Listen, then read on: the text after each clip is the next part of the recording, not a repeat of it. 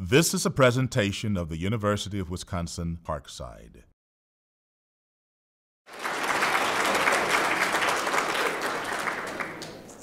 All right, thank you very much, everybody, and thank you, Daphne, for that introduction. Daphne is definitely right. I am very happy to be back in Wisconsin. I am so happy that there's going to be a big chunk of today's talk that is going to involve how awesome Wisconsin is, because Wisconsin is inextricably tied to microbes. All right, well, actually, I should ask first, can you all hear me okay way in the back? No? Yeah? All right. Okay. All right. So, as Daphne said, I'm going to be talking to you about some of the beneficial effects of microbes. So some of the good things they do for our diet, for our digestion, and for our disease. But that's kind of in stark contrast to what you usually hear about microbes. So when it comes to microbes, when you hear how they're portrayed in the media and whatnot, we usually only hear about the bad ones. We hear about the bad apples. So for example, this summer in the southern U.S., there was an outbreak of West Nile virus, and it actually resulted in the deaths of 66 people. A little bit closer to home, near the end of the summer, there was a couple of people who contracted swine flu at the Kenosha County State Fair, or at the county fair, rather. There were actually a few at the Wisconsin State Fair as well. In addition, a little closer to home as well, in Dane County, there was just last month, there was an outbreak of bacterial food poisoning. I can just keep piling these news clippings on. So meningitis in October, there was a cheese food poisoning outbreak in September, so on and so forth. The plague, did anybody know the plague still exists? That's like a medieval times kind of thing. I was actually shocked. I'm a microbiologist, but there's maybe 4 or 5 people in the U.S. every year who get the plague. So, based on this amount of media coverage, if you had to guess, what would you guess what percentage of microbes cause disease? Just shout it out. Give me a guess. 33, 80? You're 45. 45? Anybody 45? No, okay. So it's a lot lower than a lot of those guesses. It's actually less than 1%, despite. Oh, you got it right there. He got it. You're good. All right, cool. So the fact of the matter is 99% or more of microbes don't do anything bad to us, and a lot of them actually do some pretty good stuff too. So the bottom line I'm hoping you'll get out of this talk is while microbial diseases are serious, they're not exactly representative of the microbial population as a whole. I mean, if you're saying that all microbes cause disease, it's pretty much like basing your opinion of the entirety of the human race on like Lindsay Lohan and Honey Boo Boo. You're saying all humans are like that? No, it's not really true, all right? You kind of get the idea. So in the day and age where every soap carries a bacterial death warrant on it, and I really mean like every single soap says antibacterial on it. Man, can you imagine what it's like for everywhere you go, you are so unwanted that even the soap bottles are hoping for your imminent death? That is not a good thing. All right, so today what we're going to do is take a few moments to just look at a few examples of the ways in which microbes enhance our lives, the benefits of microbes. And I think it's especially appropriate given the holiday season.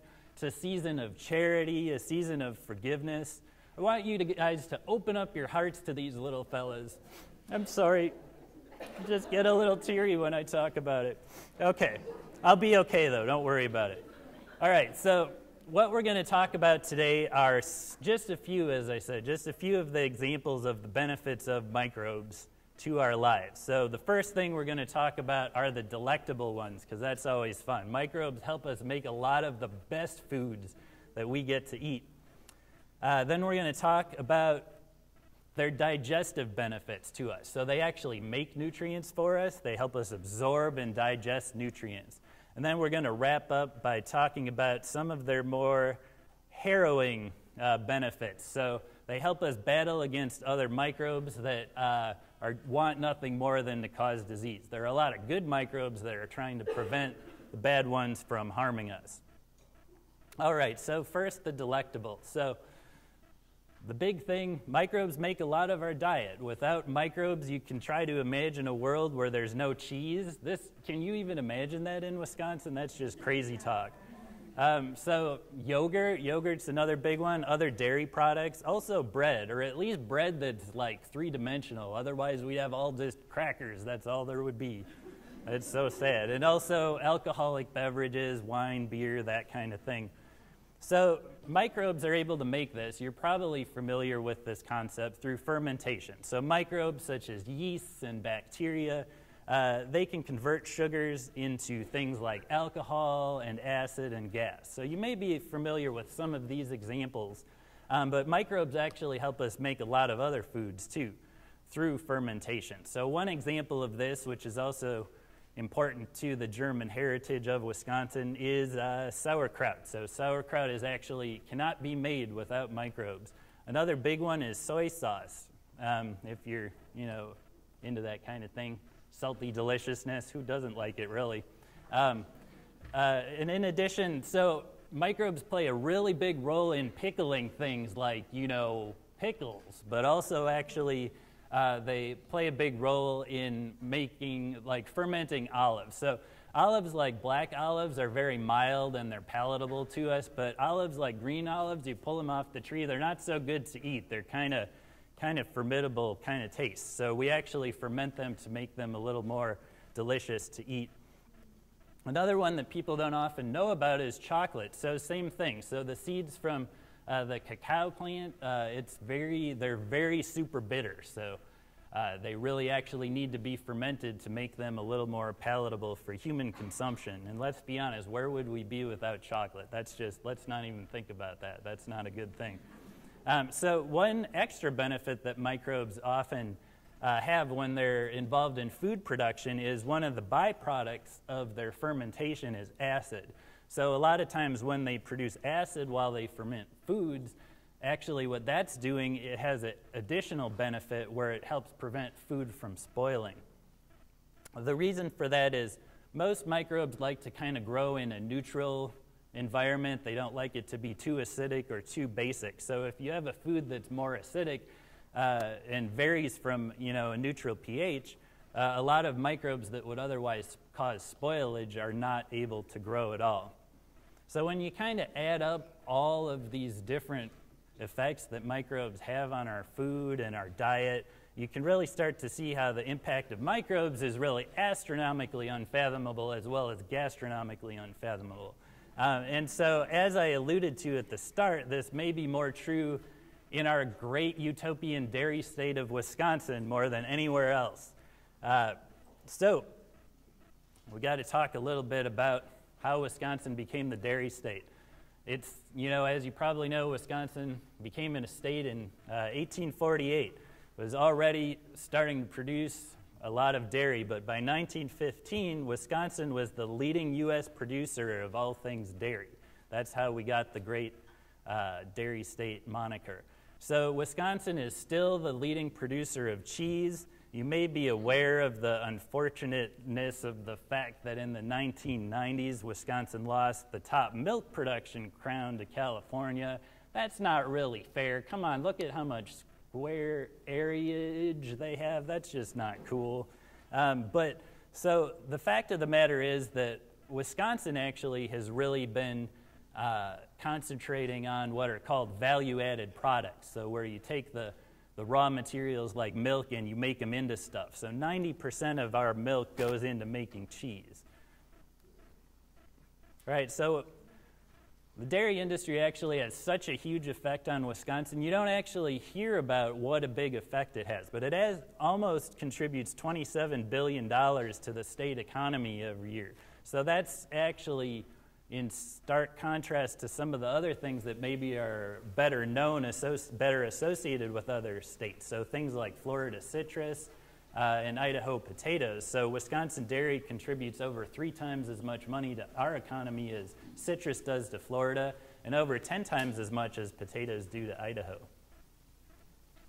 So again, about 90% of all this milk that's made is going into making a huge number of cheese varieties. That's another area where Wisconsin absolutely excels. So Wisconsin cheesemakers actually produce over 600 different varieties, styles, etc. of cheeses. The runner-up is California. They're not even close. Who would you really consider the dairy state? Does milk production matter that much? I don't think so. 600, 250, come on. That's pretty impressive. The best part about this is it's actually a really good time to be in the cheese business. So Wisconsin, first of all, also leads the nation in the number of cheese plants. So we have 126. Again, that's quite a bit more, over double the second place runner-up, which again is California. But this is especially relevant to our economy because the demand in cheese has been growing. So there's a huge change in cheese consumption. So it's actually, since 1975, it's over doubled.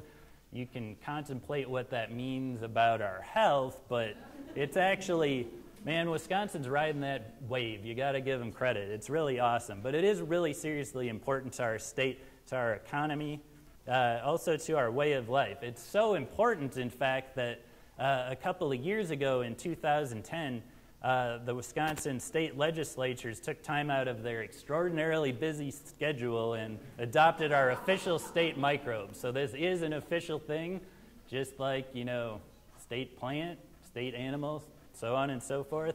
So our official state microbe is Lactococcus lactis. So there was actually a lot of press about, you know, people that felt like this was kind of a silly thing for them to be doing, perhaps a little frivolous, especially during contentious times, during a, you know, kind of downward trending economy. But it's not really so frivolous, both when you, again, look at the economic benefits that the dairy industry has to the state, but also when you look at what this microbe can do, all right? It makes a ridiculous number of different types of cheeses and such.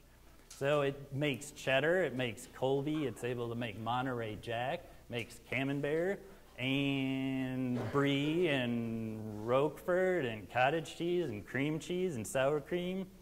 Oh, and also buttermilk. And actually, I could keep going on, but that's, you know, you don't want to just hear me read cheeses for the rest of the talk, so we're not going to do that. But you kind of get the idea. This is actually a really major, important thing for Wisconsin and for America in general. All right, so in addition to all of these wonderful effects that microbes have on our diet and on the various foods that we eat, microbes actually help us to use our foods. So they help us to use our nutrients. And by that, I'm talking about digestion, all right? So that's going to be what we're going to talk about next. We're going to go over a little bit about the microbes that help you digest your nutrients. But first, we got to put things in perspective a little. I need to kind of give you guys a little background on how exactly microbes contribute to our digestion. So we need to put some numbers in context. We're going to start with the current population of the Earth. It's about 7 billion people, right? Actually, 7,058,122,417 to be exact. Well, that was as of 12:12 p.m. on 12/12/12. I have to give a little aside. I was trying to decide how accurate I should try to be with this number because the U.S. Census has a counter where you can keep checking it. And I was like, should I update it right before the talk? I don't really want to think about that. But my colleague, Dr. Taft, are you here, Dr. Taft? Is she able to make it? No? No? Okay. She had the best idea ever, which she's like, it's 12/12/12. You have to get what the exact population is at 12/12 on 12/12/12. And I was like, okay, that totally makes sense. I'm going to do that. Especially, it's Aaron Rodgers Day, people. Come on, what could be more appropriate? Yeah. All right. Okay, so the long and short of this is that this is a pretty big number, right? More or less, we have about 7 billion people on this planet. All right, but if you look at each one of those people, they actually have 10 trillion human cells. So that, we're talking a 1 with 13 zeros. This is a seriously big number. It absolutely dwarfs the number of people on Earth, all right? But that, even that is nothing when you start to look at the number of microbial cells that are living on each person on Earth. it's 10 times the number of cells that each human has in their body that are human. So 100 trillion. This is a ridiculously large number, all right? It just absolutely dwarfs the human population of Earth, which is absolutely enormous. But if you're like me, you're kind of like, ooh, zeros. Wow, what does that mean? Math. All right, okay. So I'm going to try to put this a little more in perspective for you, all right? All right, so let's say these 10 lovely green circles represent the number of human cells per human, all right? When we start to add in the number of microbial cells per human, all right? So it's not just like twice as many, right? It's not 4 times as many. We're talking about 10 times as many microbes on your person as you have actual human cells. And then if we want to add back in the human population of Earth at this moment, it's about 7/10,000ths the size of one of these circles. So it's absolutely too small to see. So this concept of having 10 times more microbial cells than human cells, it makes some of the philosophers start to wonder if we're actually more microbe than human. But we're not going to talk about that because this is not philosophy night, it's science night. We're going to talk about some science now, all right? Okay, so the bottom line here, if I've lost the main point, what I'm trying to get across, it's safe to say that these tiny microbes that you can't even see with the unaided eye, they have a huge effect on us, all right? So I'm going to tell you a little bit more about the 100 trillion microbes that are associated with your person right now. So first of all, where are these things since you can't see them? Mostly they're found on the skin, the nose, the mouth, the throat, and by and large, most of them are found in your gastrointestinal tract. So I have here a couple of examples. The little orange guys on the slide here, these are bacteria that are attached to the inside of the nose, the nasal epithelium. Here's some bacteria that are in the small intestine just to kind of give you an idea of the size. So as I said, by far most of the microbes are found in the gastrointestinal tract. So in the large intestine, they can actually number over 100 billion cells per gram. Okay, that's a tremendous number. That's where in the large intestine is where you're going to find most of those 100 trillion microbes. These microbes are also incredibly diverse. So there are over 1,000 different microbial species that are just associated with humans, all right? And the average human has about 160 species per person. Right, before we move on, we just have to go over a bit of quick terminology that I'm going to use a lot. So when we use the term microbiota, we're talking about collections or communities of different microorganisms that are found regularly in any given environment. So that might be in a person, that might be in soil, it might be in the ocean, it might be on the seat you're sitting on right now. No, just kidding. I'm sure they're very clean. Don't worry about that. But you get the idea. So you may also have heard the term microbiome. That's essentially a synonym of microbiota. And then so when we're talking about the microbes that are specifically associated with humans, we call that the normal human microbiota, all right? And so I'm just showing you an example here again. This is an artificially colored micrograph. So this is just showing you the reason it's artificially colored with different colors is to show you just a bunch of the different types of microbes that are associated even just with the tongue. All right, so you may have heard in the news about the Human Microbiome Project. What that is, it's kind of a parallel to the Human Genome Project. So the idea is, among other things, that the goal is to sequence all of the DNA, all of the genes of several humans' microbiomes. So every single genome of every single one of the 160 microbial species associated with those people. So it's estimated that the human microbiome actually has over 150 times more DNA or genes than the human genome did. So this is an enormous undertaking, and they're trying to do it with more than one person at the same time so that we can compare the diversity among people. So the overall goal of this project is not just to look at the DNA sequence, but also to kind of look at the role of these microbes and some of the contributions they make to human health and disease. And that's what we're going to talk a bit about that in this talk as well. And so one of the things they're doing is looking at where microbes are found all over the human body. So in the nasal passages, so on and so forth, skin, gastrointestinal tract, as I mentioned, they're found all over. And so the microbiota do have a bunch of beneficial effects for us, and I'm going to go over some of those. Before I do that, I just want to acknowledge something. At this point, you may be thinking, well, that's just great. I've got 100 trillion microbes crawling all over me. I need to immediately go home and shower, well, after Greg's fascinating talk is over, of course, right? Okay, but rest assured, you've got absolutely no chance of getting rid of those puppies. They're stuck with you for life. But the one thing I want to tell you is that that's a good thing, all right? A lot of these guys are doing good things for you. But that still may lead you to ask, well, Greg, what did my microbiota ever do for me? Well, I'm going to tell you a little bit about that. For starters, digestive benefits of our microbiota. One of the things that people don't always realize is that we don't get all of our nutrients from our food, all right?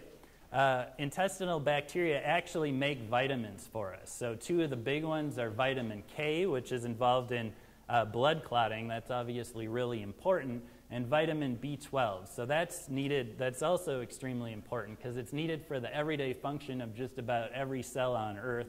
It's really hard to get anything done if you're a cell if you don't have B12.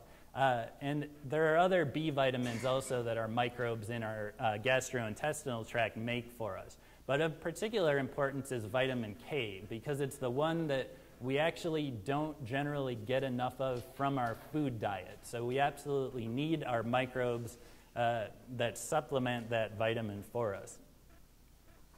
Another big benefit of our human microbiota is that they digest and absorb nutrients for us.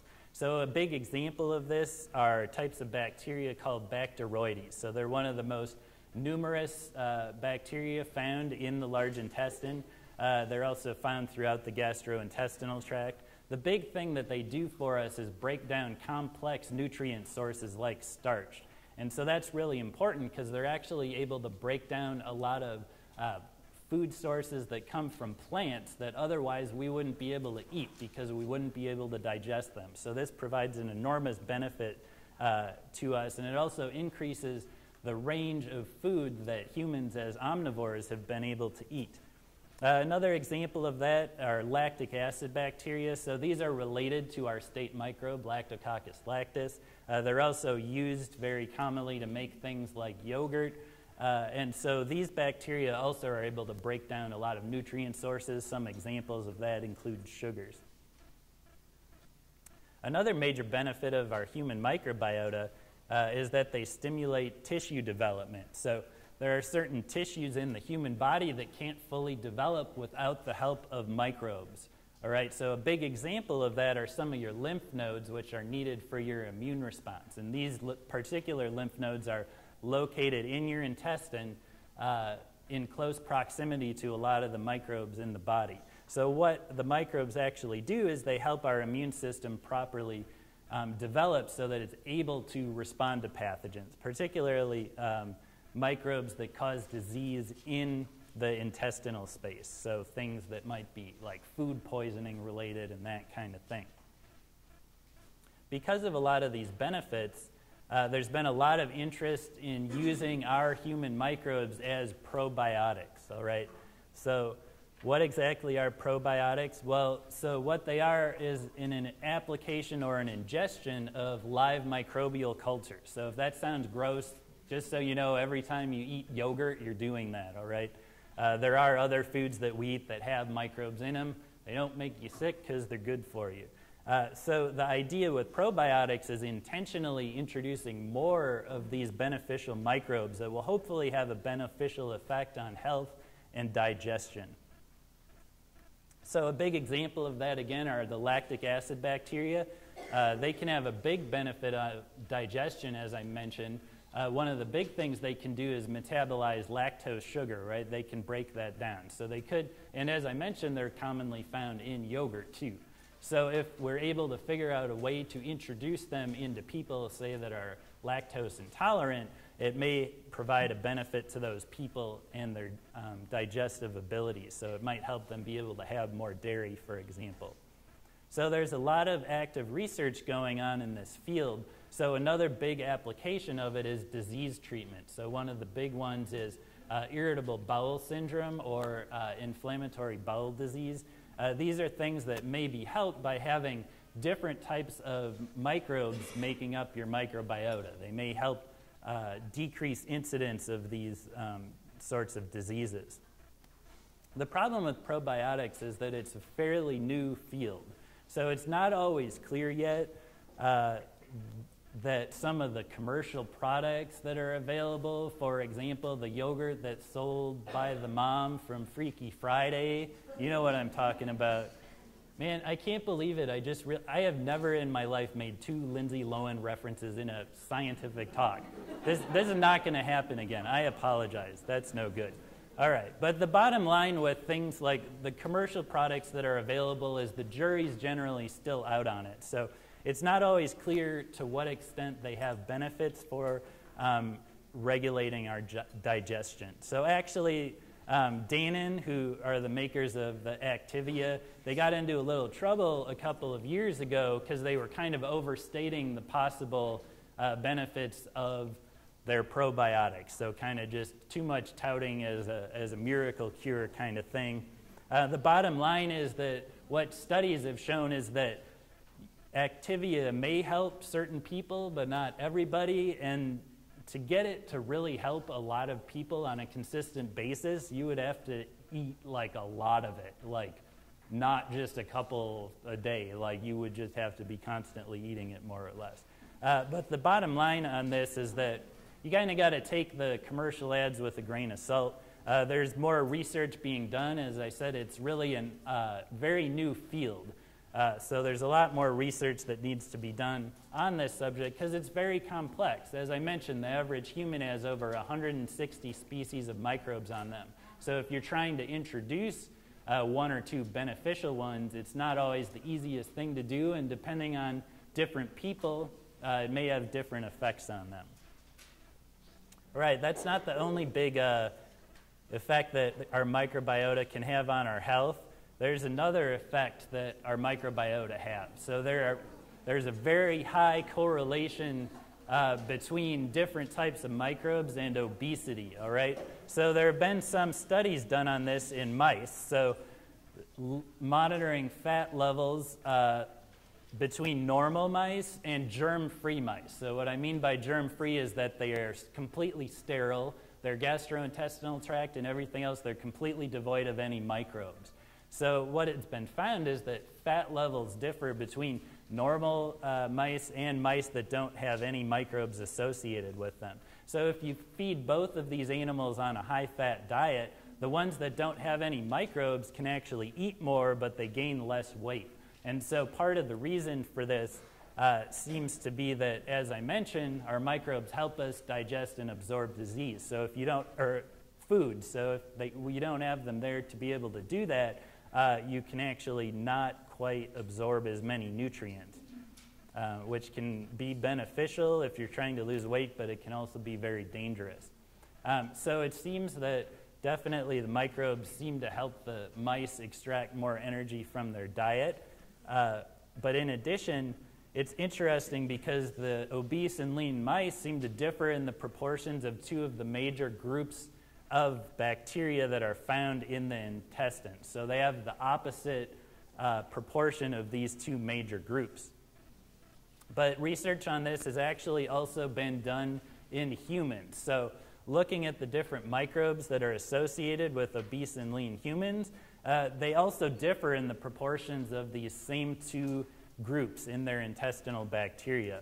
And the interesting thing is that when obese human subjects were fed a carb or fat-restricted diet for a year, their proportion of the 2 groups flipped. So it looked, their intestinal bacteria looked more like those of lean humans. So it seems that the microbes that are associated with obese populations, they may be more adept at absorbing fats and carbs and that kind of thing that helps you, that leads to you gaining weight. But the problem with this is also that it's kind of a chicken or egg thing. So it's not exactly clear whether your microbes are affecting obesity or if the diet that you have affects which microbes are able to grow in you because of the food source that's available to them. So the big problem with trying to study this, especially in humans, is that we can't really make humans germ-free. And so with 160 species of microbes per human in general, it's a really complex interplay between all the different species. So there's a lot of research being done on this, but there isn't that much of a definitive answer on what exactly the microbes are doing to affect our ability to absorb nutrients as well as to gain weight and that kind of thing. But the bottom line is that there are definitely some members of the microbiota that are more adept at nutrient absorption than others, and those do seem to be correlated with mammals that gain more weight. All right, so we talked about our delicious foods, and we've talked about how microbes help with digestion. Now we're going to move on to the death-defying. So things that microbes help us do to defend ourselves. So this, out of all the stuff I've talked about, is perhaps the most important role of your 100 trillion microbial buddies, all right? So our skin microbiota, all of our microbiota, respiratory, intestinal, they're at the forefront of a microscopic war that's being constantly fought, and you have no idea it's going on. So what they are is part of our first line of defense against the invading microbes, all right? So these are our microbial pathogens that make us sick, the things that want nothing better than to breach our immune defenses and cause disease, all right? So before I move on with some of the ways that our microbiota help us defend ourselves, I just have to go back to soap. You know, soap's a good thing. It is actually really good for you. It's actually cut down on the incidence of disease over time. It smells good. You know, who doesn't like soap, right? But the thing about antibacterial soap is it might be a bit of a nuclear option in this war between your good microbiota and bad microbes that cause disease. So using antibacterial soap is kind of like attacking your own army at the same time that you're trying to attack the bad guys, which is kind of a novel approach to warfare. The good thing is that your microbes are very resilient. So if you wash your hands, very shortly after that, almost instantaneously, your microbiota start to grow and reproduce and bounce back, so which is good because they're there to help protect the body. But there is one possible side effect of this that some scientists are starting to look at, and that is, does using too much antibacterial soap and the like leave your immune system with nothing to do? So this is something called the hygiene hypothesis. So the idea is that the modern obsession with eradicating germs has backfired. And so what this results in is your immune system, which is designed to constantly encounter disease-causing microbes and fight them off, it kind of leaves your immune system with nothing to do. So if your immune system is kind of bored, it can get a little hyperactive, a little fidgety, it might be looking for trouble. And so the thought of this hypothesis, which isn't proven but people are doing research on, is that it might lead to more cases of diseases where the immune system is overactive or whether the immune system is turning on the body. So these are things like allergies, asthma, arthritis, and such that have been increasing in incidence in recent times. So when I say too clean, what I mean is, if there are less pathogens, which are the disease-causing microbes around, and also less of your normal beneficial microbiota. So what this might mean is that your immune system gets less education because it's encountering less microbes, okay? And your immune system is able to adapt over time as you are exposed to a variety of microbes. It is designed to be able to deal with good and bad microbes. But the thing is, if there's less microbiota around, it may be leading to lower levels of your immune system being stimulated. So your immune system might not be as on alert as it could be, which could also have the opposite effect where it leads to an increased incidence of disease because your immune system is not quite as on alert as it could be. So my 2 cents are you let your kids play in the mud, but you should probably hose them off after. But you don't have to be super crazy about keeping them clean.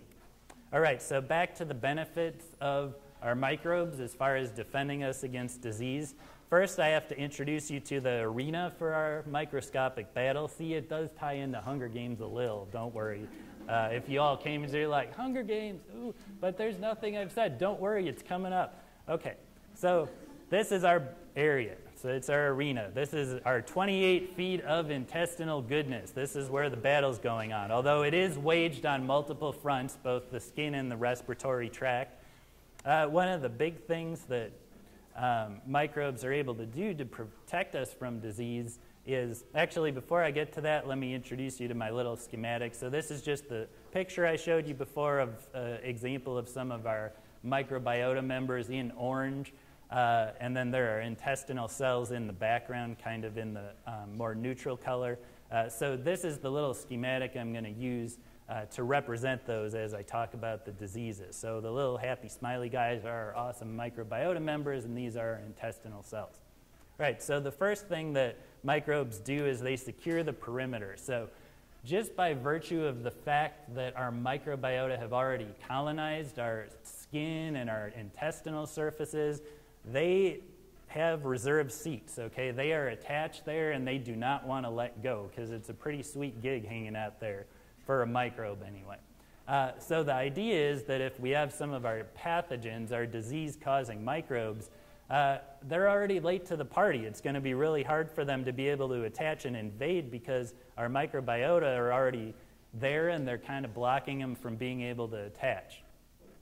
The second way in which our microbiota have a beneficial effect on us is kind of through trade embargoes. So what they do is they sequester all the nutrients because, again, they're there first. So our microbes are really good at competing for nutrients. They're adapted to the environment of the human body, and so they're able to scavenge them, and that makes it hard for our pathogens to be able to get food.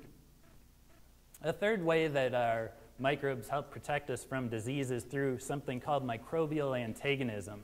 So this is very similar to what microbes do in food. So as we talked about with food, some microbes are able to produce acid, all right?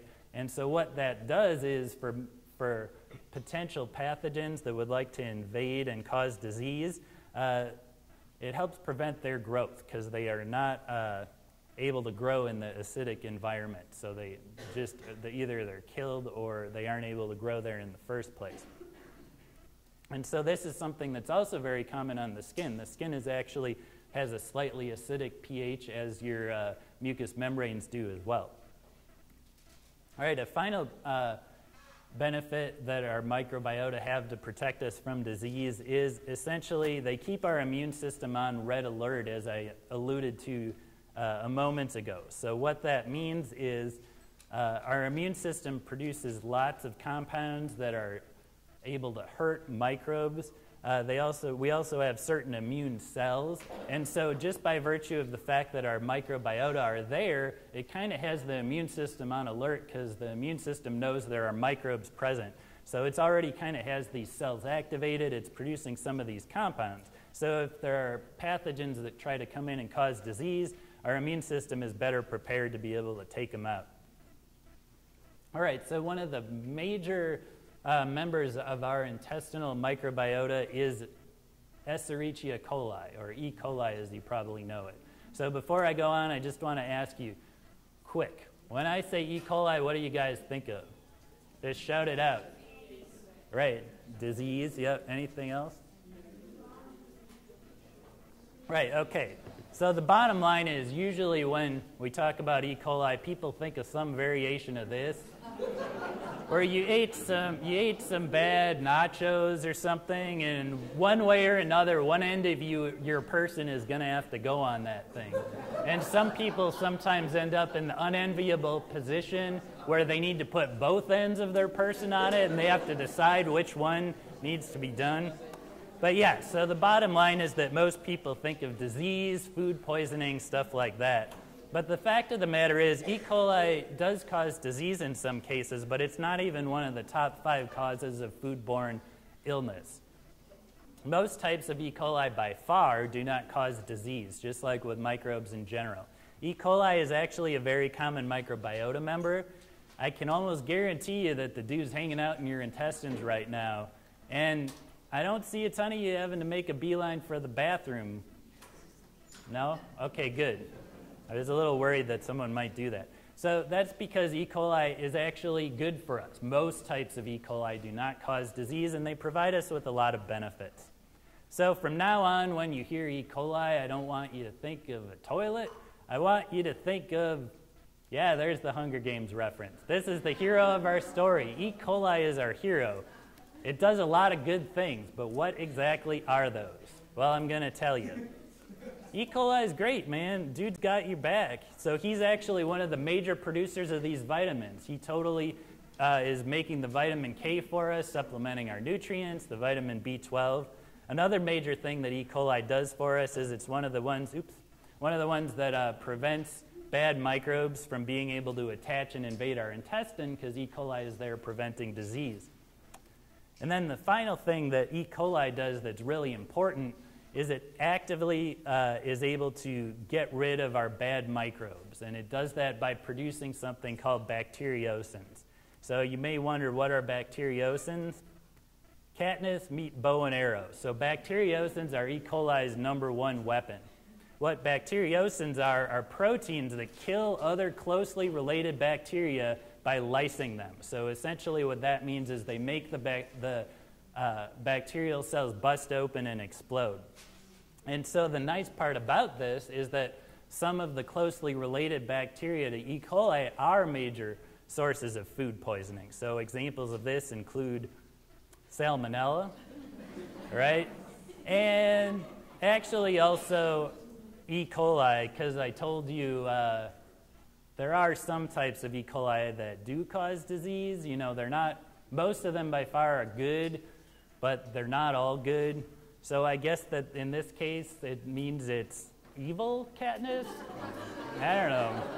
I kind of think I've reached the end of the usefulness of my Hunger Games metaphor, so we're just going to forget about that. But the bottom line with this is that these bacteriocins are able to kill disease-causing microbes. So they might have potential in treating disease, and there's being research done on that. So the especially important part of that is that they can be used possibly as a potential alternative to antibiotics. You may be aware that some microbes have become really resistant to the antibiotics we use to treat them. So if we can harness the ability of bacteriocins to kill them, we might have alternative methods of treating diseases. All right, so in sum, I just want to remind you, if you remember one thing, most microbes by far are not bad, all right? They make us food, they provide us with vitamins, and they also help us digest and absorb nutrients. And our microbiota are also one of our first lines of defense against bad microbes. And finally, the metabolism and the antimicrobial products like bacteriocins that microbes make may help us treat diseases. So with that, I'd just like to, again, thank the New York Times for sponsoring Science Night, thank the other UW Parkside, other Science Night sponsors, and you guys. And I'll be happy to take any questions.